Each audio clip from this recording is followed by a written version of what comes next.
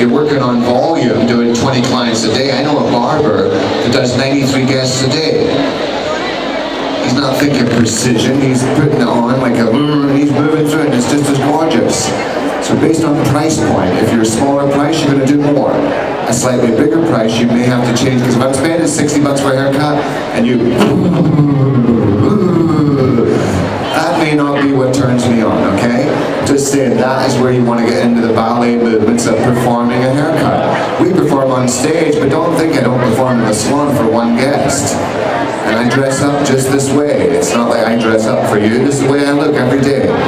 This is why I get so many strip searches through airports. I love it though. Every time they go, random security check. I go, what was random about that, you know? 3 guys with turbans just walk right on. Unbelievable how people judge. You ever see that? So here's something. You ever walking down the street and people looking like you're nuts?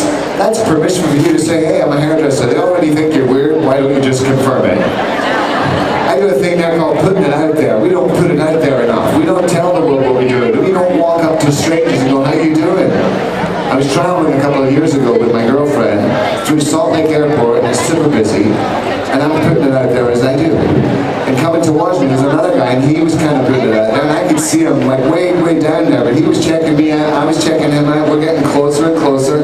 I'm putting it out there, he's putting it out there, and as we cross paths, he says to me, how you doing today? I said, I'm doing good, how are you? My girlfriend lifts up from her phone and looks at him and says, oh my God, that's Patrick Dempsey.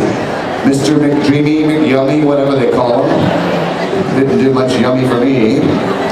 She said, do you know Patrick Dempsey? I said, no, honey, I was just putting it out there. You gotta put it out there. You gotta put it out to strangers. You gotta talk to people in elevators. You see people you like the way they look, go talk to them. You have a license not to touch, a license to talk to people. And if that license doesn't work, get a liquor license and go talk to people. You gotta put it out there. So many hairdressers are shy until they have alcohol. You gotta get out there. If you're building a business, it's up to you. I go to beauty schools all the time. They say to me, Robert, I love being a hairdresser. The way you show me you love me is by bringing a client in. So to me, it's a case of, are we really serious about being better? Well, being better means you gotta every day put it out there. If you're at a supermarket, a 7-Eleven, the Starbucks, the lady right in front of you could be a client worth $4,500 if you handle it right. Just saying, we gotta do better at networking. Building a men's business is easy. Men are loyal. Once you get a few guys talking about it with a great sexy shampoo, who's your daddy, they're gonna be drooling all over themselves. And yet, most people rush them through the experience. They don't give them the sex and the sinking. You better be giving some sex back there. Right? You talk about tipping. Here's the thing. If you get crazy busy in the sink, and I'm saying, forget how you cut hair, you get crazy busy, you will increase your reputation of people calling up asking for you. I used to be my own hairdresser, did my own shampoos. And I thought it was pretty good. Once she dried off her neck, she loved it. And I had a kid at a beauty school, his name was Ivan. And he was gorgeous. He had big arms, he worked at it like Angus. He was just beautiful, yummy, easy on the eyes, I'm just easy. He started shampooing my clients while I was working on others. So he started taking them into the sink. Daddy, he just doing stuff to him. One of my clients said that it was like as if when he was shampooing, he was kissing her head all over. Now here's what happened. 3 months later, the little kid called in sick. So I had to go back to shampooing my clients. So I bring them back to the sink. I put their head back and I go to start shampooing. She kept lifting her head and going, where's Ivan? Where's Ivan? And what that taught me is if you really deliver an experience at the sink, people will talk about you. My business started growing, not because of the way I cut hair, not because of the way I colored hair, because of the service we were given at the sink. Now we do them in rooms with dark, dimmer lights, with separate music systems. It is quiet, there's no conversation. If you talk, you have to use your bedroom voice. You can't be in there shampooing. What are you having for lunch, Sadie? Yeah, Burger King sounds good to me. No onions, you know how that shit stinks, yeah. Is that the best we can do? We can do better. Knowing a client's name, after every shampoo for a male guest, we give them a breath mint. Everything is experience. Everything we do. After the haircut, we shampoo them to get all the little hairs out. Most salons send them back to work itchy. All you you got to do is service people. With great service is how you build a clientele. Service is the key, and it's the part I want us all as an industry to do better at. Thank you, I like that conversation too. It's because you got my little booty. I swear I need some more spandex in my pants. They're just going down. I got a whole little bucket in here. I feel like I've lost weight in all the wrong places. For those of you who've never seen me before, I'm sorry. Oh, come here, you little shit. Come on. I want to introduce you to a friend of mine. You okay there, Jules? Yeah, doing good. I seen a handheld. Let me bring up the Vice President of Marketing. This is the guy, Jason Yates, that actually designed all the neuro tools that we talked about a little earlier. And he's a hairdresser. Come on up here, don't be shy. Watching me work. What's up, man? Good morning. How are you enjoying the show? Pretty good, huh?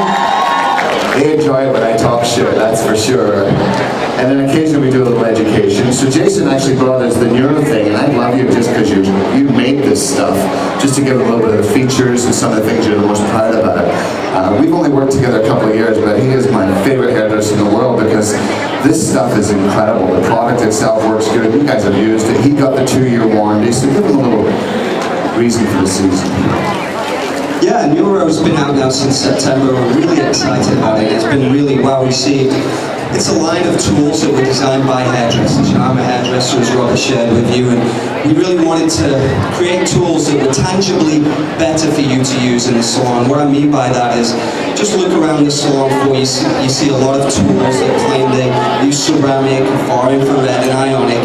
We have all those things, but as a hairdresser, it's really hard to explain to your clients why that benefits you. So what we wanted to give you is tools that were tangibly better, tools that heat up to 450 degrees in 30 seconds. That's something that you can tangibly notice. Tools that read the temperature 50 times a second that give you even, consistent heat with each and every pass, improves the pace that you can work at in the salon. So these are things we believe. So that's the microchip. The microchip makes that happen. Yeah, all the tools have a microchip inside.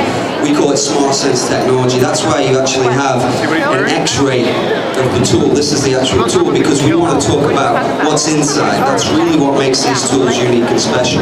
And that microchip really gives you much more responsiveness in the tool, whether it's the flat irons or the curling irons. Not only do they heat up almost instantaneously, but they give you that even, consistent heat. And what that means and what you'll see is when you're working in the salon, you probably notice the first time you use your flat iron, it feels great, but when you immediately go back, it doesn't seem as hot, right? So you end up going over some sections more than others. It takes a long time. The great thing about Neuro is even, consistent heat with each and every pass because it's instantaneous recovery. The temperature doesn't do this like most irons. What you set it at is what you get it. So it really improves the pace that you work at in the salon. Well, before I talk to you about the length of your rod, Jason, I want to talk about titanium. Sure. When we were looking at the plates and the materials, we wanted to give you a premium experience. So the microchip really helps with the responsiveness of the heat, to the control of the heat, but also for you to have that ultimate experience when